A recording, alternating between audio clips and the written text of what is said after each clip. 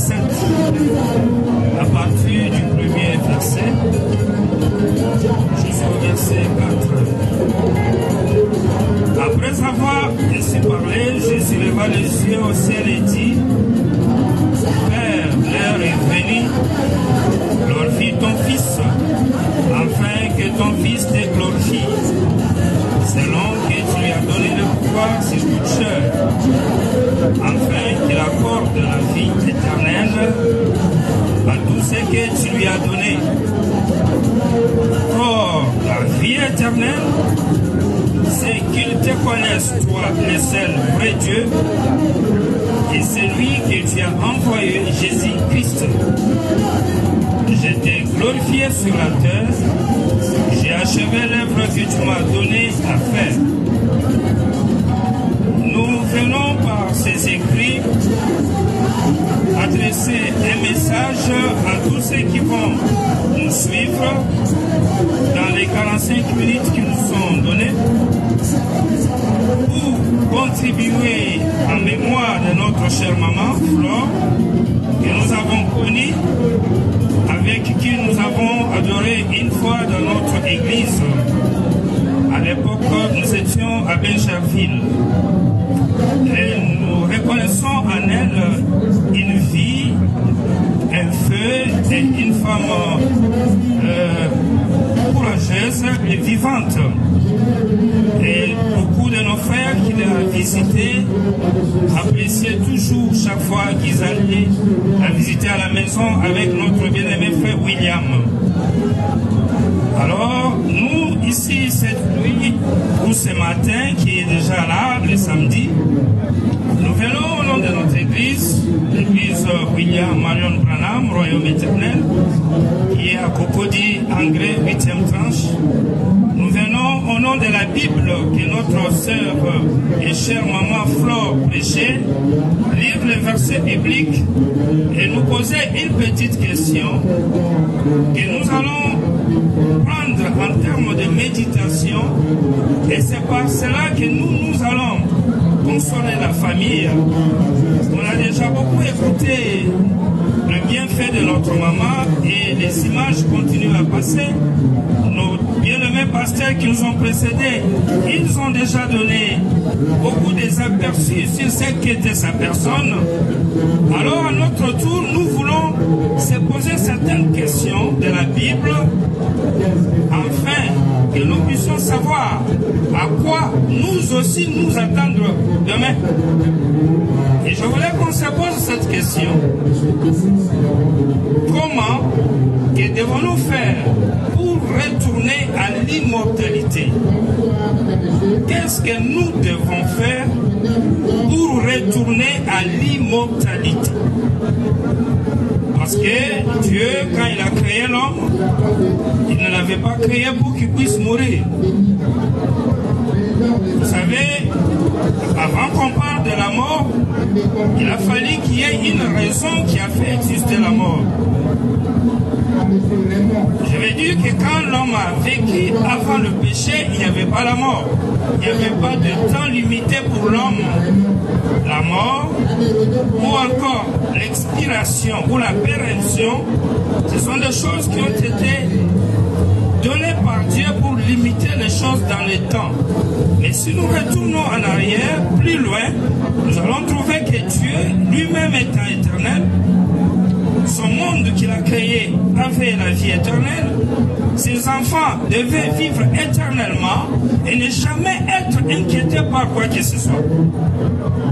La preuve, nous allons trouver ça dans les livres de la Genèse.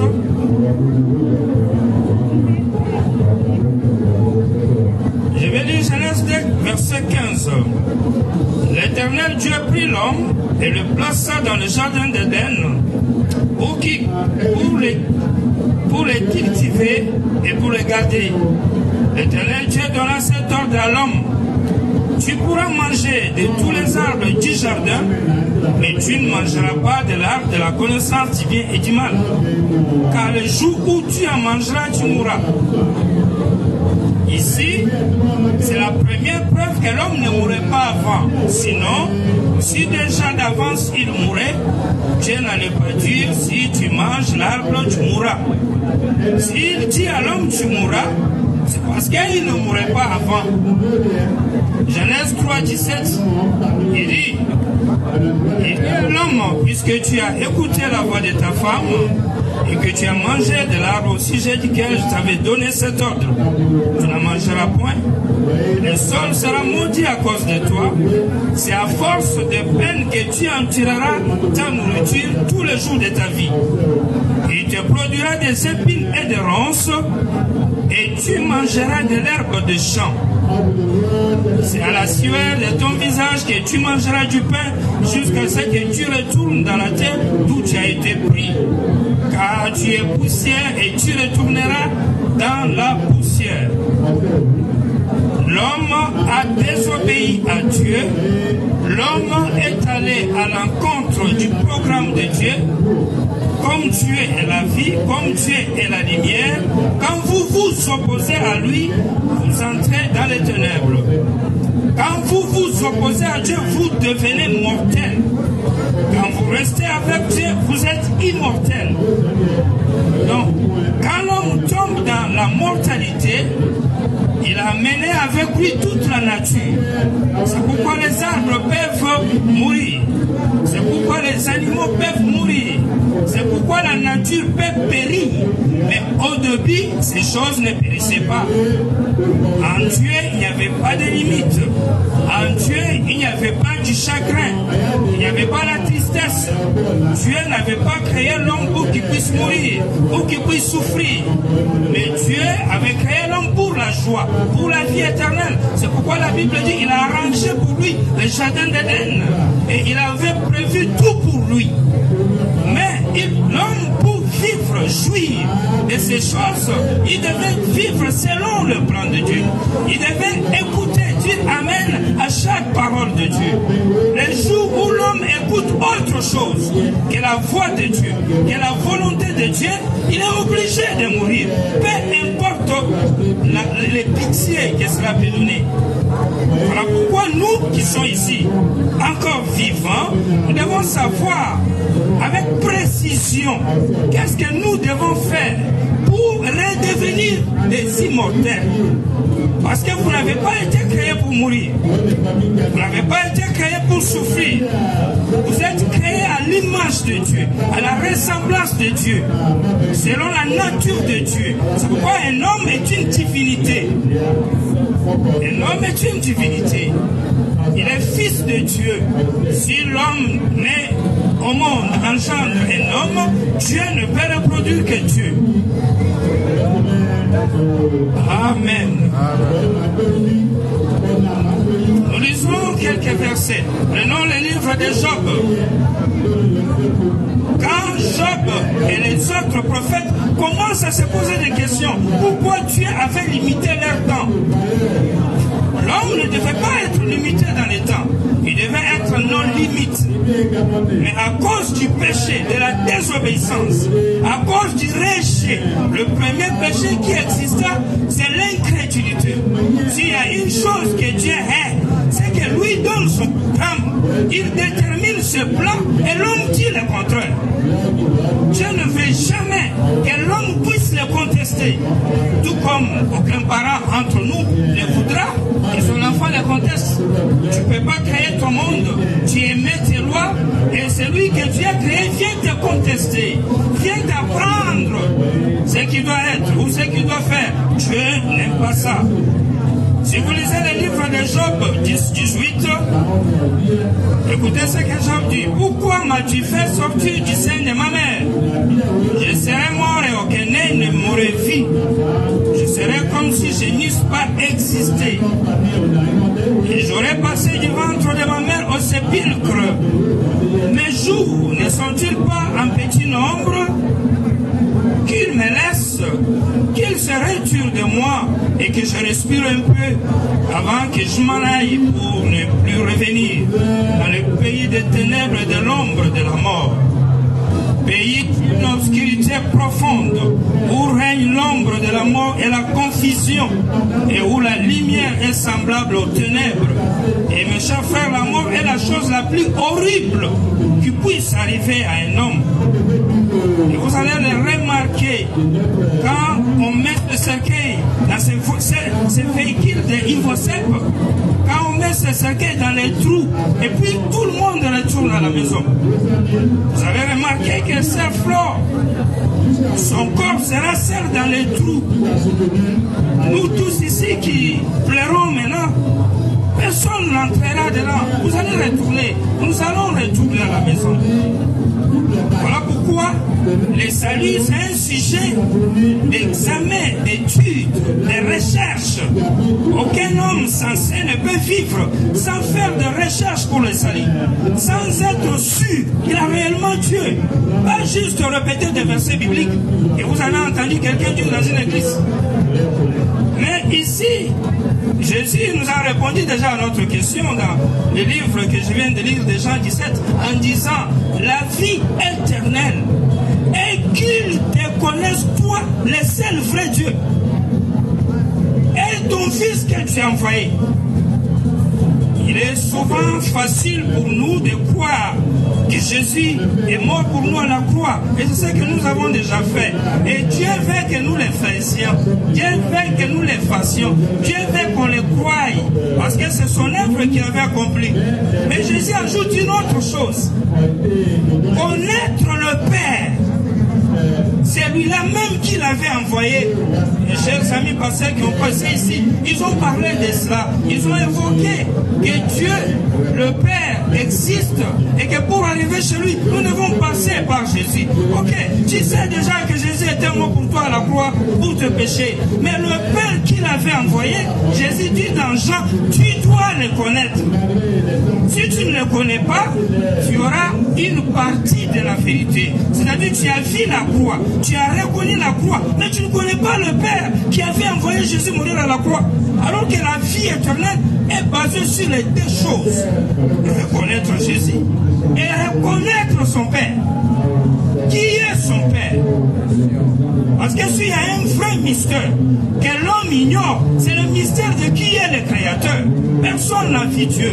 Chaque fois qu'un humain voulait voir Dieu, il disait lui-même, je vais mourir. Vous pouvez lire ça dans la Bible. Nous n'avons pas beaucoup de temps pour cela.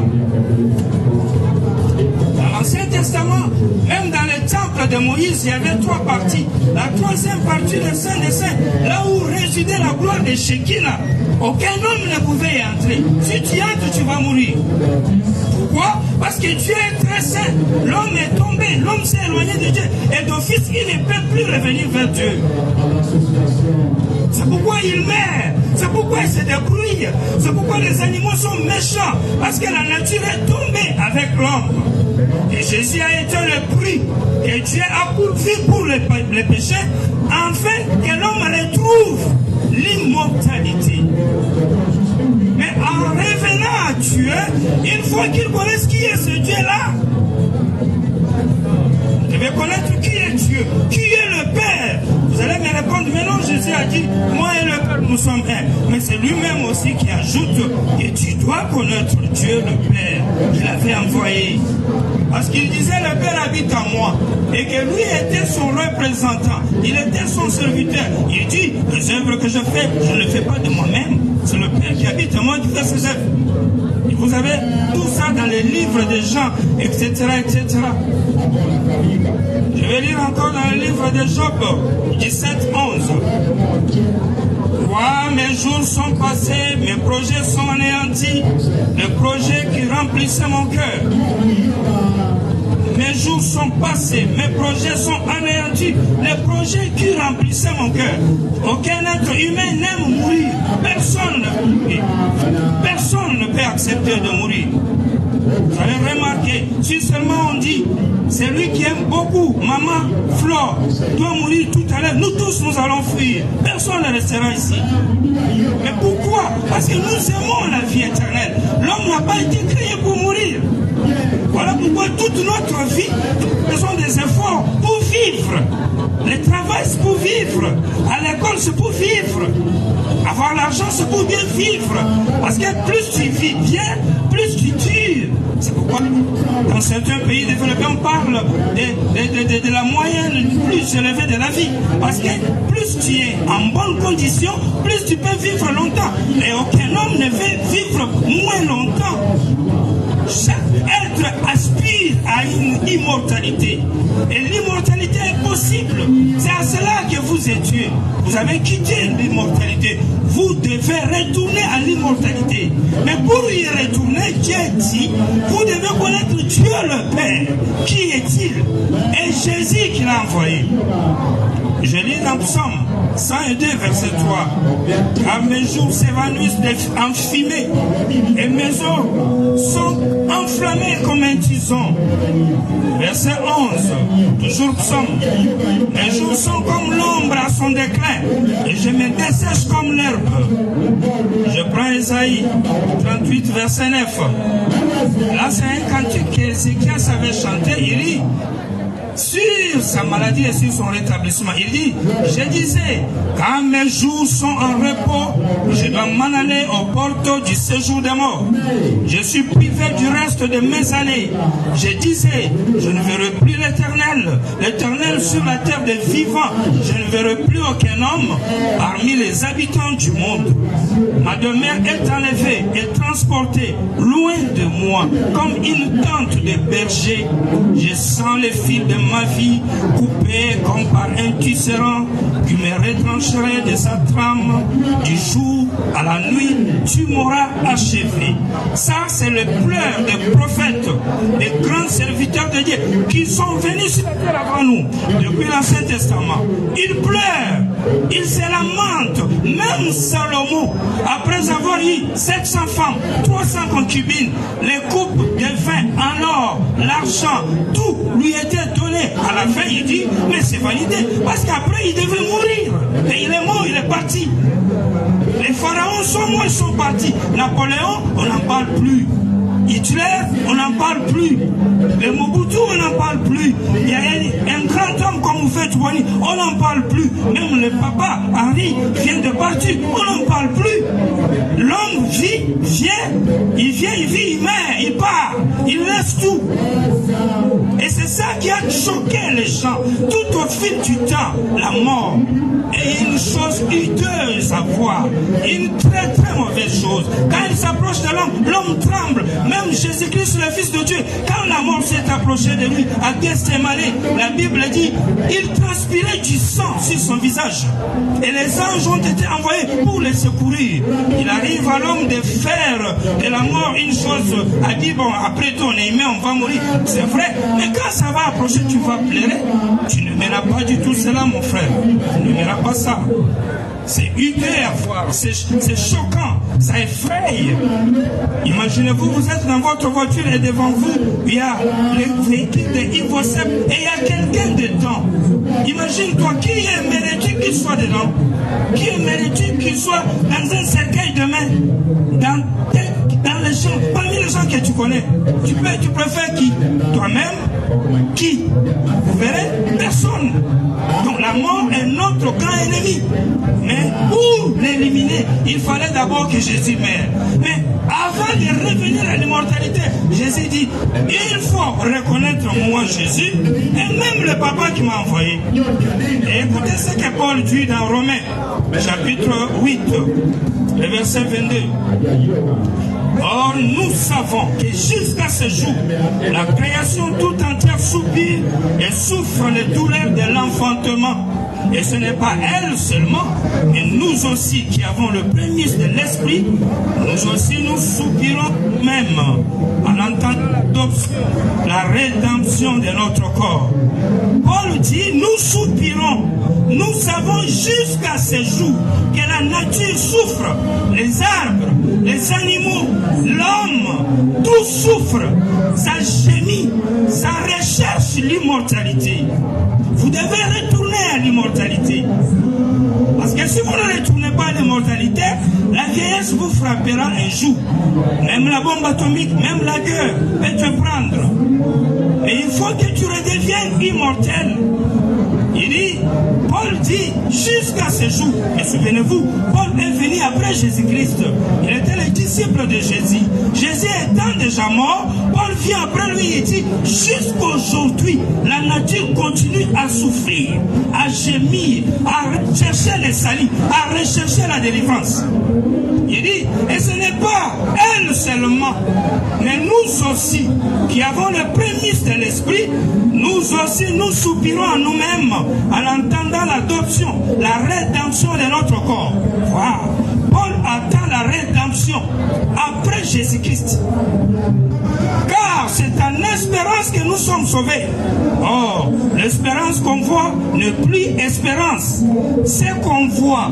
Peut-on l'espérer encore? Donc pour Paul, quand nous disons nous les Paul, nous les disciples de Jésus, que nous avons l'esprit, c'est les cages, c'est les arrêts de l'esprit, c'est l'espérance. Nous sommes sauvés en espérant. Et Paul ajoute, on ne peut pas espérer ce qu'on a déjà à main. Si on espère, cela veut dire on n'a pas encore la chose. On attend quand? Les derniers jours. Parce que le salut doit venir dans les derniers jours. Souvenez-vous du livre de la rédemption, le livre du salut. Ajoutons encore quelque chose. Il dit, mais si nous espérons ce que nous ne voyons pas, nous l'entendons avec persévérance. Prenez Hébreux chapitre 9, verset 11. J'ai lu la Bible, j'ai fait le témoignage de notre pasteur qui a dit, maman lui a restitué la Bible. Et nous on lit que la Bible ici pour appuyer la foi. Il dit, mais Christ est venu comme souverain sacrificateur des biens à venir. Il a traversé le tabernacle plus grand et plus parfait qui n'est pas construit des mains d'hommes, c'est-à-dire qui n'est pas de cette création. Et il est entré une fois pour toutes dans les lieux très saints, non avec le sang de bouc et de veau, mais avec son propre sang, ayant obtenu une rédemption éternelle. Jésus, par son sang, a obtenu la faveur de Dieu pour que l'homme retrouve les chemins vers l'immortalité. C'est pourquoi quand il est mort, le rideau rouge qui séparait les lieux saints dans le temple et les lieux très saints, ce rideau rouge s'est déchiré en deux pour amener l'homme à aller dans les lieux très saints, à aller maintenant vers Dieu. Quand l'homme a péché, Dieu a envoyé des chérubins avec les épées dans les jardins d'Éden. L'homme a été chassé comme un voyou. Dieu l'a chassé avec sa femme parce qu'ils avaient désobéi à Dieu. Mais son amour avait pourvu un moyen de retour. Un prix devait être payé. Il avait déjà dit, le jour où tu fais, tu dois mourir. Et du coup, Adam devait mourir. Adam devait être éloigné de Dieu à jamais. Mais comme Dieu aimait Adam, il a pourvu Jésus-Christ comme un prix, comme l'argent, comme les rançons, comme le moyen, la monnaie que Dieu devait payer pour que l'homme puisse retourner à la vie. Voilà pourquoi il faut reconnaître l'œuvre que Jésus avait accomplie à la croix. Mais il faut aussi savoir qui est ce Dieu qui faisait toutes ces choses qu'il avait envoyées. Et c'est ce que Jésus nous demande. Prenez Luc chapitre 21, verset 25. Ici, Paul dit, où je venais de lire dans Hébreux, il dit Jésus a obtenu la rédemption éternelle. Mais en même temps, regardez ce qui suit. Luc 21, verset 25. Il y aura des signes dans le ciel, dans la lune et dans les étoiles. Et sur la terre, il y aura de l'angoisse chez les nations qui ne sauront que faire au bruit de la mer et des flots. Les hommes rendant l'âme de terreur dans l'attente de ce qui surviendra pour la terre. Car les puissances de ceux seront ébranlées. Ça, c'est Jésus prédisant les événements du temps de la fin, où nous vivons aujourd'hui. Aujourd'hui. Il dit, alors on verra les fils de l'homme venant sur une nuée avec puissance et une grande gloire. Quand ces choses commenceront à arriver, redressez-vous et levez vos têtes, parce que votre rédemption approche. Votre délivrance approche. Jésus promet notre délivrance au temps de la fin, quand nous verrons la guerre, l'Ukraine, les tremblements de terre, les conflits, le terrorisme, les bruits de guerre, la haine, la rébellion, les perversions nation des Moab, l'homme qui vit totalement dans la rébellion avec Dieu, dans le péché, avec comme prétexte, c'est la grâce. Jésus est mort pour moi, donc il peut faire tout ce qu'il veut. Non, Dieu a un programme que tu dois respecter. Et Dieu vit dans la sainteté. Si tu ne suis pas son programme, tu peux citer Jésus du matin jusqu'à la fin. Même les sorciers citent le nom de Jésus. Les sorciers connaissent la Bible. Les diables connaissent tous les versets de la Bible. Ce n'est pas en répétant les versets que tu es sauvé. Tu dois connaître Dieu par la révélation. C'est lui-là même qui va envoyer Jésus. C'est cela est obligatoire. Amen. Il dit, quand vous verrez ces choses, relevez vos têtes, car votre rédemption approche. Pourquoi Jésus nous promet une délivrance au temps de la fin, alors qu'il est déjà mort à la croix? C'est parce qu'il avait un autre travail qu'il devait accomplir au temps de la fin. Et nous appelons tout cela la seconde venue du Seigneur. Quand vous prenez Hébreux chapitre 9, verset 27, il dit, et comme il est réservé aux hommes de mourir une seule fois, après quoi vient le jugement, de même Christ, qui s'est offert une seule fois pour porter le péché des plusieurs, apparaîtra sans péché une seconde fois à ceux qui l'attendent pour leur salut. En d'autres termes, pour leur vie éternelle, pour leur rédemption. Il y a les gens qui attendent Jésus pour leur rédemption aujourd'hui au temps de la fin. Après qu'il a déjà payé le prix à la croix, il est obligé de continuer le travail et de venir le terminer au temps de la fin. Et il a donné beaucoup de promesses concernant le temps de la fin. Mais à un moment, nous sommes dans l'amnésie. Nous nous contentons tout simplement à reconnaître qu'il est mort pour nous à la croix. Mais ce qu'il nous a dit qu'il devait accomplir au temps de la fin, on ne cherche pas son accomplissement. Et c'est ça qui est grave. Alors que nous aspirons tous à l'immortalité. Nous aimons la vie. Personne n'aime mourir. Personne n'aime même vieillir. Nous luttons contre la vieillesse. C'est pourquoi il y a pas mal de produits, il y a pas mal de massages, il y a pas mal de spas, il y a pas mal de chirurgie. Parce que l'homme comme la femme aime vivre longtemps. Mais tu choisis un chemin qui ne vaut pas la peine. Parce que même si tu vivais 200 ans, la mort va toujours te rencontrer un jour. Et le mal, j'ai appris dernièrement quelque chose qui m'a fait mal, c'est que la mort a attrapé un pilote en plein vol d'avion. Ça m'a fait mal. J'ai dit, mais mort, même toi-même, tu ne peux pas attendre un peu. Il conduit les gens dans l'avion. Tu l'attrapes, il met sur place là, parce que c'était le temps. C'est ça la mort. Nous avons des gens qui sont morts en pleine toilette. Quelqu'un au WC, il meurt. Il n'y a pas de délai, il n'y a pas de garantie. Quand il vient, c'est fini, tu dois partir. Les autres sont morts en train de prier, à genoux, avec sa femme. La femme, le matin de dimanche, il vient aller à l'église, il prie. La femme attend l'homme qui ne prie plus. Puis elle s'est dit, ok, lui il a fini pour lui. Moi je continue. Mais après la fin, elle ouvre les yeux, elle voit que le gars est par terre. Elle bouge, il n'y a plus la vie. C'est ça la mort. C'est hideux. C'est obscur comme dit Job. Job a tellement haï la mort qu'il a dit, il aurait fallu même de ne pas naître. Si c'était ça la vie. Alors qui est le Père de Jésus? Matthieu 1, verset 18. Il y a un verset qui nous répond. Voici de quelle manière arriva la naissance de Jésus-Christ. Marie, sa mère, ayant été fiancée à Joseph, se trouva enceinte par la vertu du Saint-Esprit. Avant qu'ils eussent habité ensemble, Joseph, son époux, qui était un homme de bien et qui ne voulait pas la diffamer, se proposa de rompre secrètement avec elle.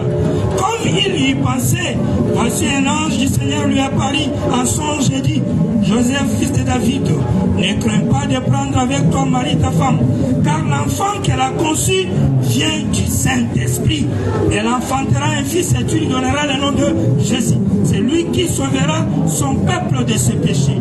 Ici, le Père de Jésus s'appelle le Saint-Esprit. C'est lui qui a fait pouvait concevoir Marie. Mais vous et moi, nous savons qu'un esprit, comment pourrions-nous le connaître et savoir qu'il est saint, qu'il est bon, s'il ne vient pas ici, dans notre temps, dans notre dimension, pour se révéler. Même le monde des génies le savent, même les féticheurs le savent. Pour contacter un esprit, il faut qu'il passe par l'être humain. S'il reste dans cette dimension-là, on ne saura pas qu'il est bon. Voilà pourquoi le Saint-Esprit devait descendre sur les êtres humains, sur les gens. Il continue, Jean 4, 21. Jésus précise qui est son Père. Il dit, femme, lui dit Jésus, crois-moi, l'heure vient où ça ne sera ni sur cette montagne, ni à Jérusalem, que vous adorerez le Père. Vous adorez ce que vous ne connaissez pas. Nous adorons ce que nous connaissons, car le salut vient des Juifs. Mais l'heure vient, elle est déjà venue, où les vrais adorateurs adoreront le Père en esprit et en vérité, car ce sont là les adorateurs que le Père demande. Dieu est esprit. Et il faut que ceux qui l'adorent en esprit et en vérité. Dieu est esprit. Le Saint-Esprit est le Père de Jésus. Et regardez ce que Jésus nous dit dans Jean 16, 5. Il dit, verset 5, maintenant je m'en vais vers celui qui m'a envoyé. Et aucun de vous ne me demande où vas-tu. Mais parce que je vous ai dit ces choses, la tristesse a rempli votre cœur. Cependant, je vous dis la vérité, il vous est avantageux que je m'en aille. Car si je ne m'en vais pas, le consolateur ne viendra pas vers vous. Et si je m'en vais, je vous l'enverrai. Et quand il sera venu, il convaincra le monde en ce qui concerne le péché, la justice et le jugement. Jésus promet la venue du Saint-Esprit qui est son propre Père. Et il dit même qu'il va l'envoyer. Un fils qui enverra son Père. Parce qu'il n'y a pas de Saint-Esprit. Il dit, et quand il viendra, il dit, je saute verset 12, j'ai encore beaucoup de choses à vous dire, mais vous ne pouvez pas les porter maintenant. Quand le consolateur sera venu, l'esprit de vérité, il vous conduira dans toute la vérité. C'est-à-dire, il utilise même les pronoms personnels. Il ne dit pas que le Saint-Esprit, ça sera la puissance. Ça ne sera pas un oiseau. Ça ne sera pas un papa avec cheveux blancs. Ça ne sera pas juste des dons. Prophétie, vision, parler en langue, tout ça c'est les dons. Mais le Saint-Esprit lui-même est une personne, selon Jésus. Il dit, il viendra, il va vous prêcher. Il vous parlera de moi. Il vous dira même les choses que je ne vous ai pas dit aujourd'hui. Et quand est-ce qu'il viendra? Au temps de la fin. Alors que c'est lui qui est le Père de Jésus. C'est lui dont Jésus dit, vous devez le connaître et me reconnaître comme l'envoyé qu'il a envoyé. Vous devez le reconnaître. Pour terminer, je lis ici dans le verset 16. Il dit, il me glorifia. Il me glorifiera parce qu'il prendra de ce qui est en moi et vous l'annoncera. Tout ce que le Père a est en moi. C'est pourquoi je dis qu'il prend de ce qui est en moi et qu'il vous l'annoncera. Ça, c'est Jésus décrivant son Père, le Saint-Esprit, qui viendra. Je prends, pour terminer, le dernier verset, l'Apocalypse. Dans l'Apocalypse, il y a un mystère que Jean a vu, qu'il voulait écrire. Et là, on est à la fin du temps. Je crois qu'il me reste 10 minutes. On m'a donné 15 minutes. Il reste 10 minutes.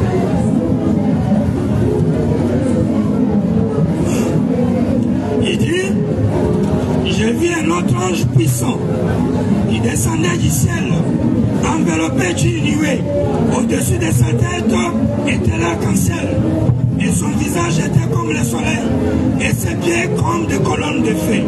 Il tenait dans sa main un petit livre ouvert. Il posa son pied droit sur la mer et son pied gauche sur la terre. Il cria d'une voix forte, comme rugit un lion. Quand il cria, les 7 tonnerres firent entendre leur voix. Et quand les 7 tonnerres, ils firent entendre leur voix, j'allais écrire. J'entendis du ciel une voix qui disait, celle s'est conduit les 7 tonnerres et ne l'écrit pas. Et l'ange que je voyais debout sur la mer, sur la terre, leva sa main droite vers le ciel et jura par celui qui vit au siècle des siècles, qui a créé le ciel et les choses qui sont, la terre et les choses qui sont, la mer et les choses qui sont, qu'il n'y aura plus de temps, mais qu'au jour de la voix du 7e ange, quand il sonnerait de la trompette, le mystère de Dieu s'accomplirait comme il l'a annoncé à ses serviteurs, les prophètes. Ici, il y a le mystère de Dieu qui sera révélé au temps de la fin. Alors que Dieu, le Père, l'Esprit, selon Jésus, les connaître, c'est ça la vie éternelle. Les connaître et reconnaître Jésus, c'est ça qui donne l'immortalité. Mais le Père de Jésus, il va être révélé dans les derniers jours. Jésus l'appelle le Saint-Esprit. Il ne donne pas les noms. Comment allons-nous les reconnaître? Comment saurions-nous le plan de Dieu, le programme de Dieu aujourd'hui sur la terre, avec toute la confusion que nous avons, avec toutes les dénominations que nous avons? Et chaque église croit que c'est elle qui est la porte-parole de Dieu. Chaque mouvement pense qu'il a Dieu. Mais comment pourrions-nous connaître le droit chemin? Chaque église prend la Bible, interprète la Bible de sa manière. Comment allons-nous voir Dieu, le Père de Jésus, pour le reconnaître et recevoir l'état de l'immortalité? Qu'on sort dans le temps, qu'on sort dans le péché, qu'on sort dans l'expiration pour qu'on redevienne l'éternel. Qu'est-ce que nous allons faire? Je peux vous dire une chose en terminant. Mes chers frères, je sais une chose. Dans ces derniers jours, Dieu a fait beaucoup de choses. Dieu a visité l'humanité. Il a envoyé la parole. Il a envoyé le message. Il y a eu même des grands hommes, comme le Tommy Osborne, comme le Oral Robert, comme le Billy Graham, comme le Allen.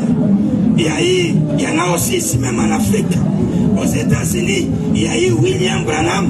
Et lui a été le promoteur d'un grand réveil du christianisme au temps de la fin ici. Et tout ce que je vous ai dit ici, je puise cela dans son message.